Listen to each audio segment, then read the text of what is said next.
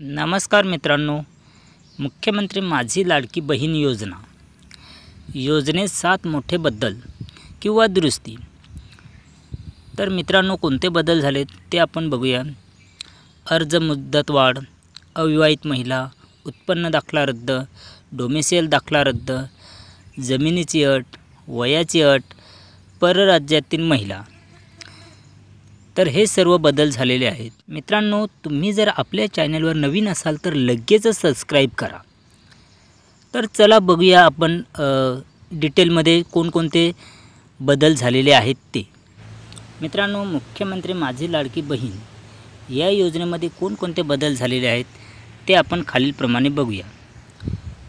तर पहिला बदल आहे, सदर योजनेत अर्ज करण्याची मुदत दिनांक 1 जुलै 2024 ते 15 जुलै 2024 पर्यंत ठेवण्यात आली होती।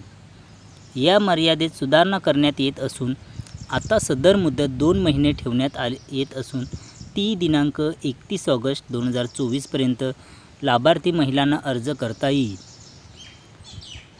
तसेच दिनांक 31 ऑगस्ट 2024 पर्यंत अर्ज करण्यात आलेल्या लाभार्थी महिलांना दिनांक 1 जुलै 2000 पासून दरमहा ₹1500 आर्थिक लाभ देण्यात येणार आहे।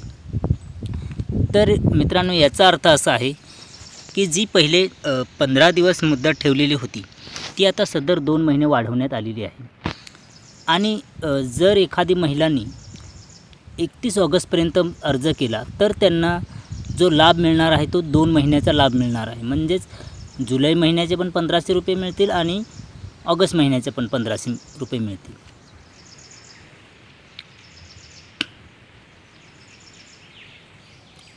दुसरा बदल काय करण्यात आलेला आहे तो आता आपण बघूया।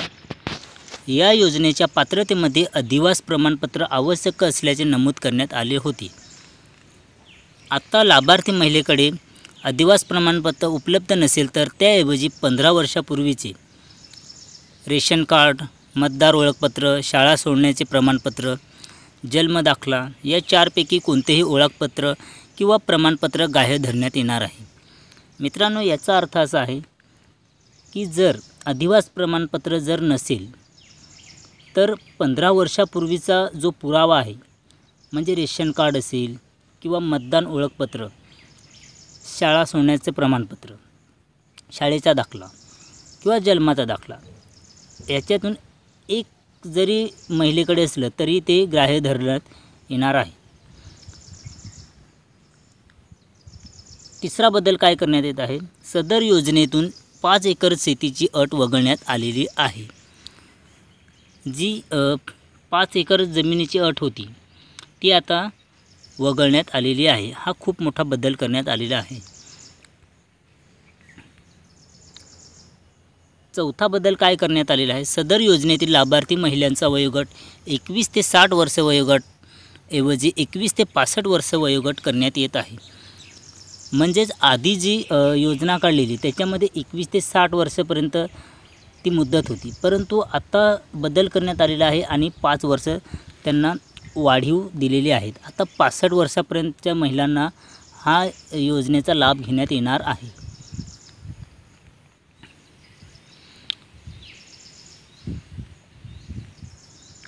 पाचवा बदल काय केलेला आहे, तर हा खूप महत्त्वाचा बदल आहे। परराज्यात जन्म झालेल्या महिलांनी महाराष्ट्रातील अधिवास असणाऱ्या पुरुषाबरोबर विवाह केला असेल तर अशा बाबतीत त्याच्या पतीचे जन्मदाखला असेल, शाळा सोडण्याचे प्रमाणपत्र असेल, अधिवास प्रमाणपत्र असेल, ते सर्व ग्राह्य धरण्यात येईल। म्हणजेच कसं आहे की एखादी स्त्री म्हणजे गुजरातची असेल आणि तिने जर महाराष्ट्रामध्ये लग्न केलं असेल तर तिच्या माहेरचे जे कागदपत्र आहे ते पूर्ण गुजरातचे असतील, परंतु इकडे तिला जर लाभ घ्यायचा असेल तर तिच्या नवऱ्याचे जो जन्मदाखला असेल किंवा शाळा सोडण्याचा दाखला असेल ते सर्व डॉक्युमेंट ग्राह्य धरण्यात येतील आणि ती पात्र असेल।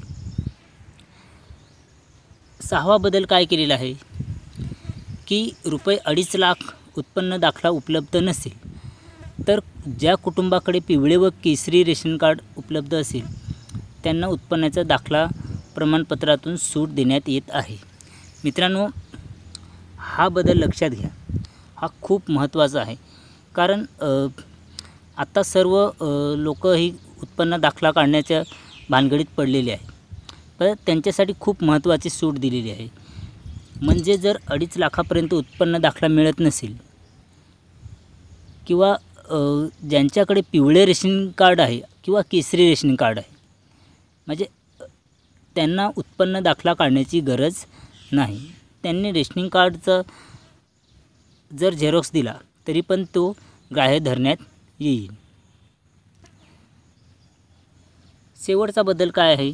सदर योजनेत कुटुंबातील एका पात्र अविवाहित महिलेलासुद्धा या योजनेचा लाभ देण्यात येणार आहे. तर हा मुद्दा आपण लक्षात घ्या मित्रांनो, की एखाद्या कुटुंबामध्ये कसं असतं की एकच महिला असते किंवा ती विवाहित नसते. तर मग या महिलांना विवाहित नसले तरीही या महिलांना लाभ घेता येणार आहे. तिचे जर कागदपत्र पूर्ण असतील तिच्याकडे, तर ती या योजनेसाठी ती पात्र असू शकते. मित्रांनो, ही माहिती तुम्हाला समजली असेल. काही समजलं नसेल तर कमेंट बॉक्समध्ये नक्की कळवा आणि आपल्या चॅनलला सबस्क्राईब करा. अशाच नवीन नवीन योजनाची माहिती तुम्हाला या चॅनलद्वारे मी देण्याचा प्रयत्न करीन. धन्यवाद.